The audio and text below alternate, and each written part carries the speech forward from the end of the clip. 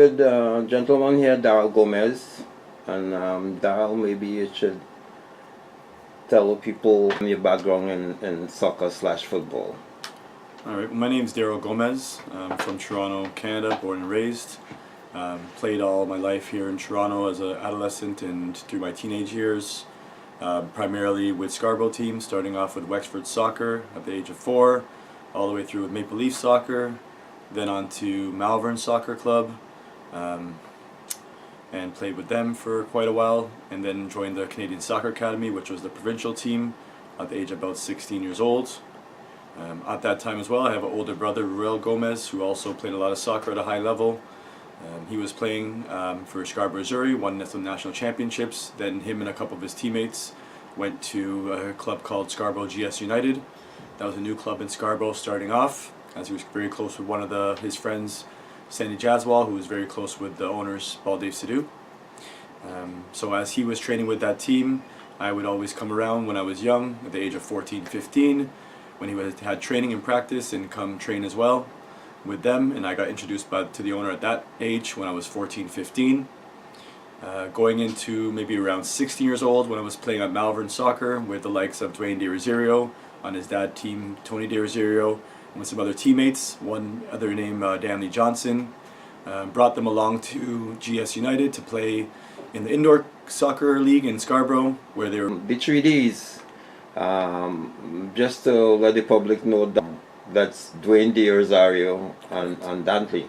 Dantly Johnson. Yeah. Dantly Johnson. I mean, so when your name going in something like 3Ds, it must mean that you guys had an impact, or you was a destructive force, or Yeah, I mean, all three of us were very confident players at our age of 16, 17. And obviously, everybody knows Dwayne de Rosario. His name is obviously one of the biggest names in Canadian soccer. Dantly Johnson also, if certain injuries didn't come across him, he was also playing at the same time at Toronto Lynx with Dwayne de Rosario at the same time. When I was in university in South Carolina, he was playing on the Toronto Lynx, and he was also a national team player of the year. So I mean, between all three of us at our age group, we did very well. We won a couple Ontario Cups. We also won the first Canadian team to ever win the U.S. International Championships, which we competed in Atlanta and had to qualify in Syracuse for. So we won that. So essentially, we became the best team indoor-wise at that time, about U18 I think it was, U17 I think, in all North America. So we beat all the teams, all the U.S. national team players that you may even know. We compete against all those teams in the 1977 age group and 1978 age group. so it's safe to say you guys are friends. You still remain friends. Oh yeah, Still. still very good friends with Dwayne de Rosario. See him all the time. We always talk all the time. We still play together sometimes. He'll come out and train sometimes with our OSL Elite GS team, as he's very still close to the club. Yeah, so very close to these So guys. after the Canadian soccer team and the academy, what did you do? Did you? Well, I got a phone call one day from an old coach of mine who coached at Oakville. Had an opportunity. A university was looking for a midfielder, Division I team in South Carolina called Winthrop University. So I went down there. My parents checked it out. We liked it. It was quite far away from home, which I didn't mind at the time. And I ended up signing with them. So I went to school at Winthrop University for 4 years. My last 2 years very successful. All conference team both years. All South team as well. Played against the likes of Clemson, who was number 1 in the nation at home. Number 5 North Carolina Chapel Hill Tar Heels. So it was quite competitive in that area in the South. After I graduated university, I was still always in contact with Dwayne de Rosario. Gave him a call because he wasn't that far. He was at Richmond Kickers at the time in what they called the A League at that time. Yeah, I remember when he was with it. Yep. So I went down there right after university. When I graduated, pretty much the day after my parents dropped me off there. I tried out, made it, played with him for the whole summer. Played there for the summer. Decent season. And then I went into playing the major indoor leagues, in the MISL with Buffalo Blizzard. Played a season there. After that, I decided to come back home. And play in Toronto. Play with the Toronto Lynx for a few years. What year was this? This was the year 2000. Okay. Pretty much 1999 through 2001 and 2. I played in the A League. A few years with Toronto Lynx. 1 year, first year with the Richmond Kickers. And when I was in university as well, in 1999, they had a combine for anybody of Trinidad descent in South Carolina. I heard from a friend in Toronto at the time. I went down tried out. The coach then invited me to come down and train with the team and maybe perhaps travel with them and a couple friendly games over the Christmas and the holiday period. So I went down, trained with the Trinidad. That's also 2000 or this is 1999. 99. Yep. Okay. Went down and trained with the U.S. I mean the Trinidad national team and the U23 team, which Olympic team that they were looking at me for. Was. Any name on the team you remember? Yeah, on the there's Trinidad? some Trinidad teams. Kelvin Jack, he's actually my roommate. Brent Sancho. I believe even Tiger. Wow, I wasn't aware of that, Darryl. That's good. Leslie Fitzpatrick, Tiger was there, I believe, as well. Zane O'Brien. That's GS coach. Yeah, This present coach. Zane O'Brien was there. He was the assistant coach on one of the GS teams right now as well. So it's good to see a lot of us are still connected after all these years. And it was a great game. Went to Brazil, played against the Brazil U23 team, which everybody was there, from Ronaldinho to, you name Gilberto Silva, all these stars that we have watched on TV. I won't give you the score though. And then from there, I know I played in home in the A-League, and I played in the CSL then after that, and got a call from St. Kitts one day to go down and play some games with them, and I took the opportunity, so I played about 14. So St. Kitts, so you have St. Kitts background? Yeah, my dad's Petition, they call it, right? Petition, yeah. My dad's from Trinidad, my mom's from St. Kitts. So I played one senior game with St. Kitts, and then after that I played about 14 more games with the St. Kitts national team. Yeah, about 14 games, St. Kitts national team. World Cup qualifying, Caribbean Cup team games for about over months, about Which 4 or 5 World Cup years. qualifying now was? I believe, I'm not sure the exact year. I think was going into 2006, I think. Probably 2006 Going into or there, yeah. 2002 even. Because I think I remember you. Yeah, it was two different ones, 2000 and 2010, I believe. Yeah. Okay. Yeah. So that's how you get your link with, get closer to Dwayne. Although you knew him from here, you guys met in is it combined? No, Dwayne was actually just after I finished university. He was playing at Richmond Kickers already, and I gave him a call, and then he told me, "Yeah, come try out," and I made it, and we essentially played in each other's team for that summer. He went out to MLS that year. Great for him. He had a great season. I stayed in the A-League for a few years, and then stayed at home, and then joined the CSL. Well, see, I understand you're the men's coach of which is the men's elite coach of GS United. So, how long you been the coach of GS, and what make you want to get into coaching? Well, I've been the coach of GS. This is 3 seasons now. I've been coaching. Well, I started coaching. I was playing in the Canadian Soccer League, the Canadian Professional Soccer League, the CSL. Played there for many years when I came back to Toronto, and I was playing for a team, York Shooters. And towards the end of my playing career, I would say in that league, I started becoming like a player coach and helping out the owner, who was the head coach at the time. And then the next season after that, I actually took over the full coaching responsibilities of the team. That was my first time really coaching. It was a very successful season. Went undefeated, won everything, the league and the cup. And then I took a year off after that, and I was coaching some kids in the downtown area, as I lived downtown, so it was close to home. And then I always did have conversations, stayed in touch with the owner of GS, Paul Dave, to do over every year, pretty much. We were pretty close, and I always threw my name in the hat here and there to be to come back and coach where my heart was at this club, because anybody who's played for GS, I'd say 99.9% people have love for the club whether they stay or not. And one year he called me up and said, "Hey, do you want to take over the team? Want to coach?" And we sat down, we worked everything out, and I started coaching 3 years ago. So the passion for coaching, that's a little beyond the playing. It's on the bench and pressing the buttons. Of course, preparation is a given, but you do got assistants to do the preparation. Yeah. So as a coach, and everybody can hear that you're playing and still playing a lot.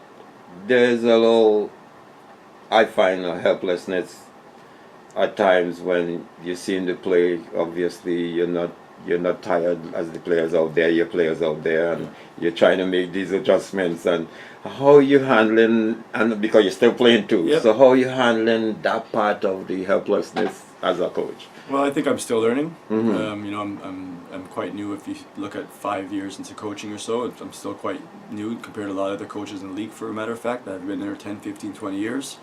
I think at the end of the day, you got to be able to separate the two. Like I said, I play with like 2 or 3 players right now at indoor every Sunday that I coach outdoor. Yeah. So I've got to be able to separate the two, where I know I can play with them and say certain things. And when it comes to the coaching side of it, I can't address things the same way as I was on the field. So, I mean, it all boils down to patience and having some composure. But also getting them to do what you want them to do, regardless if your teammates or not. Of course, like I said, they see me they don't see me as maybe as much as a coach because they play with me, some of the guys. But when outdoor, it's all about respect, and they respect what I'm saying, and they, then there's, you got to instill some type of discipline, because on the day you want your players to all respect you, you want everybody to respect you, whether it's guys you play with in the winter, guys you don't play in the winter. You want everybody on the same playing field, on the same level. So at the end of the day, just separating the two. What I'm coaching, and I don't have any bias towards anybody. That's my main thing. No bias towards any players. Just everybody's on an equal playing field. Everybody gets the same treatment, and just trying to divide the two things. GS, the GS challenge now. You started where? This is your second year? This is we've completed 3 seasons now.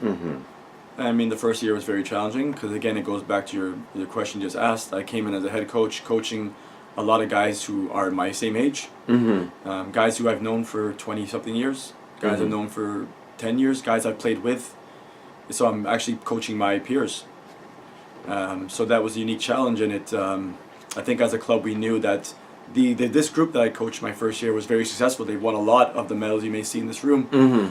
They won national championships, these guys, so they've all winners. But again, age comes to a point at this league, and I think the OSL Elite League, we've got a great League 1 structure in OSL, but OSL Elite League still is one very fast-paced, high-level, young league where this, it's a lot of fast pace. So I think when you have some guys who are, won everything and been in the league for a very long time and don't really have that same drive or that same bite as somebody who's younger coming in, we knew that after my first year of coaching, we had to make a lot of adjustments, and essentially we only kept maybe a player or two on the younger side, and we brought in a whole new realm of teams. So the first year was a struggle. We barely stayed in the league, to be quite frank. But things turned around second year when we got a new team, and things have only got better and better, up to the last season.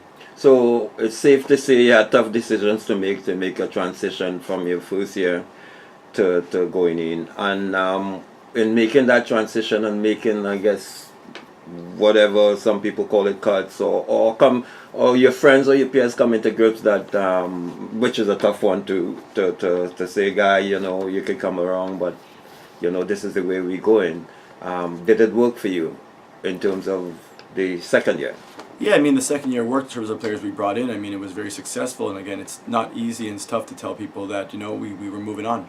But that's the reality of the fact, and you can see by, I don't think many can complain when we have such a low finish for the club in that league, something probably one of the lowest finishes we had in a very, very long time. So at that point, you have to recognize that change is needed. I don't think we had a horrible season. We struggled in some areas, like for scoring, for example. Every game was quite close, a 1-goal game for most of the part.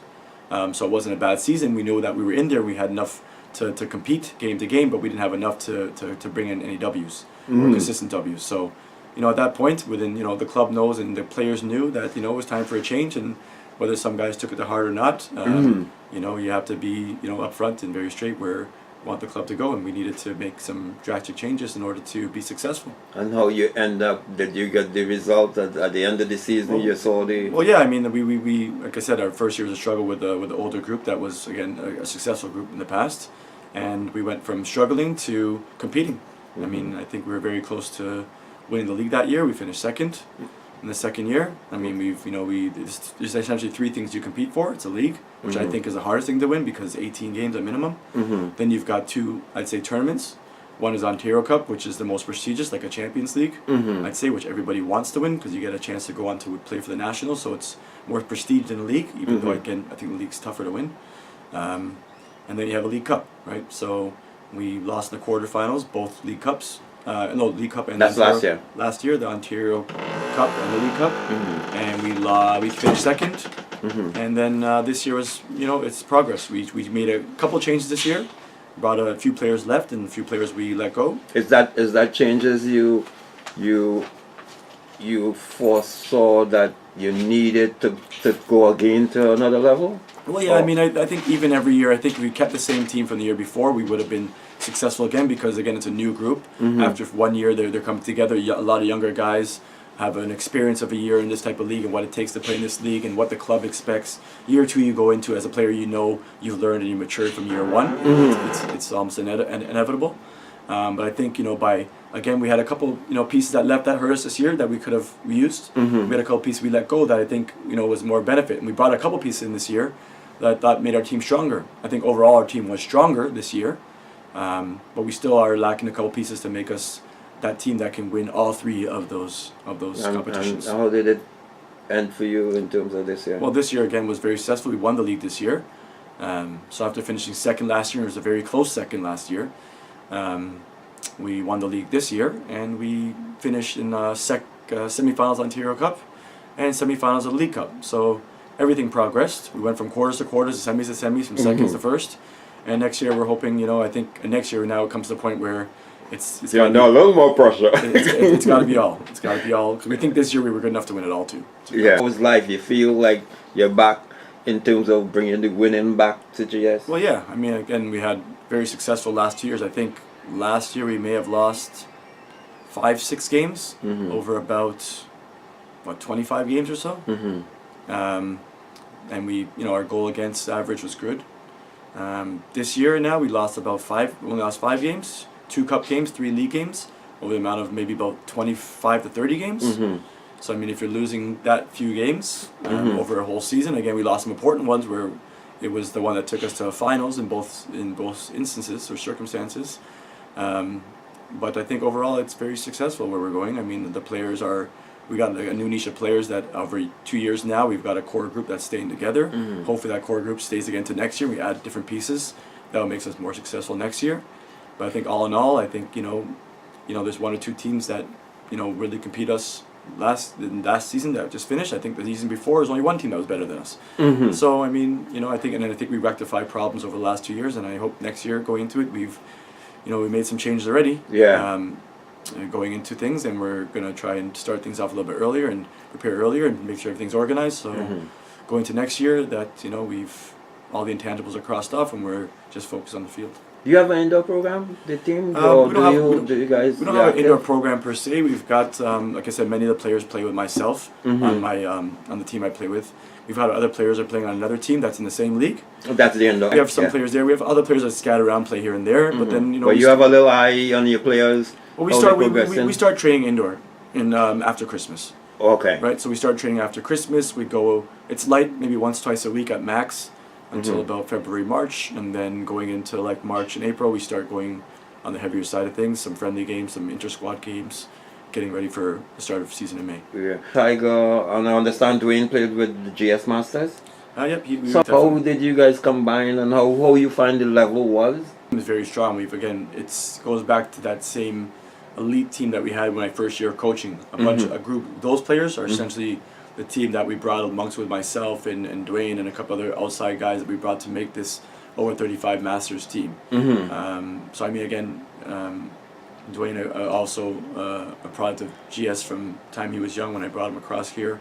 When we were younger, we both always felt like if we're gonna play, we play for this club.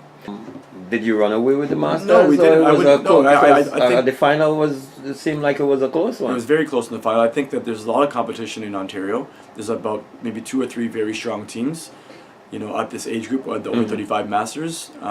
So it wasn't a walkaway final. I mean, I faced this team the last 3 or 4 years with the other teams I played with in the Masters, and we've always gave us a hard time. Which team? So I played for High Profile. Against GS? No, not against GS. GS was in the competition, but we never faced up against each other. Yeah. So I played for High Profile for 2 years. That would be in 2016 and 17. 2015-16, and we won nationals both those years. And we came across Dantly, the same team we played in the finals this year twice. We beat them in I think 2-1. We beat them in penalty shots in the semifinal as well. And then this year it ended up in penalty shots again.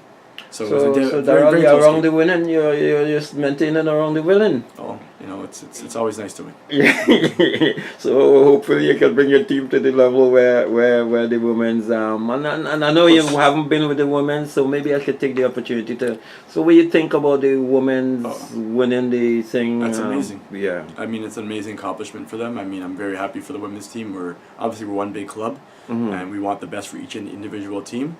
You know, it's a shame that our men's wasn't there with them because it seemed like that was the path it was going this year. Yeah. And unfortunately, we didn't, you know, get the W that we needed to get to the nationals that they did. But nothing taken away from them. They've been there many times to nationals, and I'm just glad that, you know, they won a gold this time. All right. How you would sell GS? Bring in, whether it's from outside or whatever, you're bringing somebody to this club. How would you describe the club? Well, there's a few things. As a player coming in, the good thing about GS, the only thing you got to worry about is playing.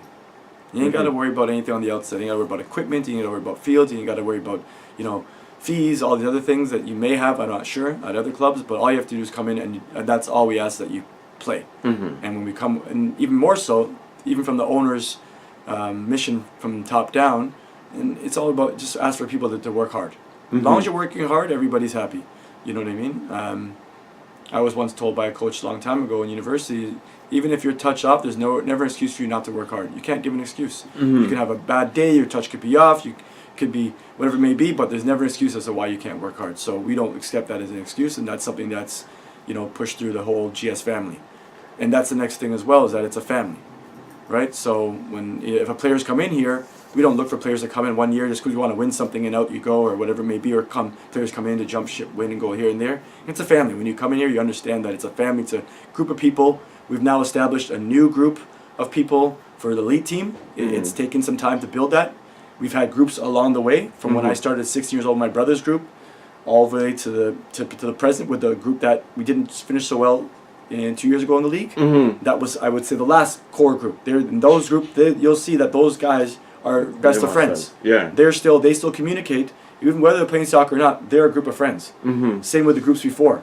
So now we have a new group now instilled. We've done well in the fields. We're starting to build that off the fields approach, where now we have our core players, whether it's 4, 5, 6 years down the road. You guys are friends, even if it's outside of soccer. You guys have established some type of family relationship. So I mean, for somebody we want to recruit and bring in, those are the type of things that we try to address and try to attract players with. Well, Darryl, I wasn't aware of the fact that you go that far back with GS. I mean, I got into GS in the late 90s when they came to my tournaments and stuff.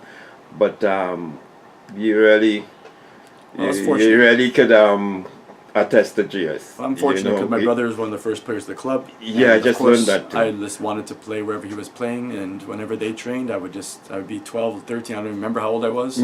I would just go and just train and play. So well, I want to congratulate you on winning your division, and look forward to you improving.